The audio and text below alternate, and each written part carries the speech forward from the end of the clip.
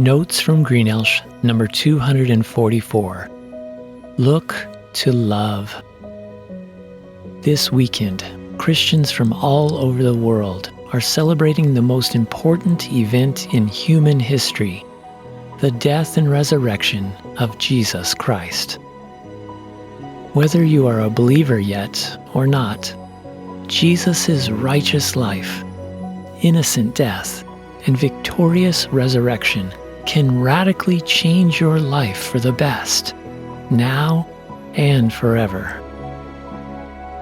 Only through Jesus can you be saved from your wrongdoing and experience new, abundant, everlasting life with God.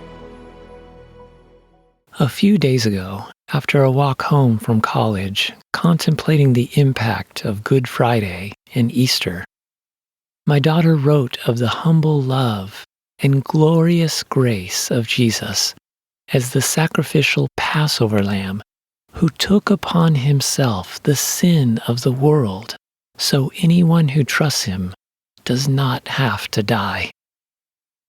Instead, they can be forgiven, renewed, and become all God created them to be.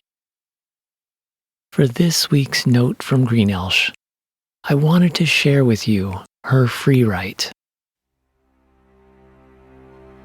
On this bright, sad day, I look to your heart, Jesus. Every word you spoke, every step you took, every gentle touch and knowing look, it all conveys a love so great I am brought to my knees in tears. How could I ever want anyone else?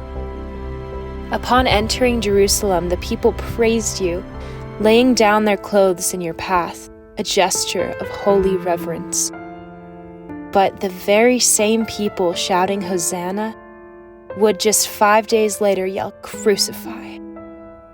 Your love was greater than their unbelief. In the upper room at Passover, you foretold Peter's denial. 3 times you said, knowing full well that you would welcome him back with open arms, because your love was greater than his doubt. In the garden, you asked to be comforted. You said, "My soul is very sorrowful, even to death. Remain here and watch with me." 3 times, but your friends slept. In the garden, alone and afraid, you asked to be spared, saying, "My Father, if it is possible, let this cup pass from me. Nevertheless, not as I will, but as you will." 3 times. All the while, your friends slept. But your love was greater than your fear. It carried you all the way to the cross, beaten, bloody, abandoned, crying, "Eli, Eli, lema sabachthani, my God, why have you forsaken me?" Truly, this man was the Son of God. You lay in a tomb for 3 days, but your love is greater than death, and you rose in victory. In that moment, you closed the chasm I created, that every one of us created, so that we can know you and be with you forever. You say, "I go and prepare a place for you. I will come back and take you to be with me, that you also may be where I am. You know the way to the place where I am going." What my daughter has reflected upon is not just for her, but for you also. God created you and loves you. He wants what is best for you, which is to be with him, to be like him, and to do what he does. Jesus makes that possible. God demonstrates his love for you in this. While you were weak, broken, rebellious, and hostile toward him, Jesus graciously died for you.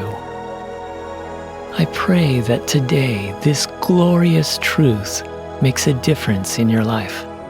I pray that you look to love incarnate, that you look to Jesus, He is the living water to satisfy your thirsty soul.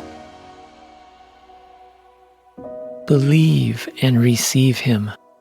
Trust and obey Him, and not only will you experience His transforming love, but you will then be able to love others as He does, and hopefully they will come to know Him also.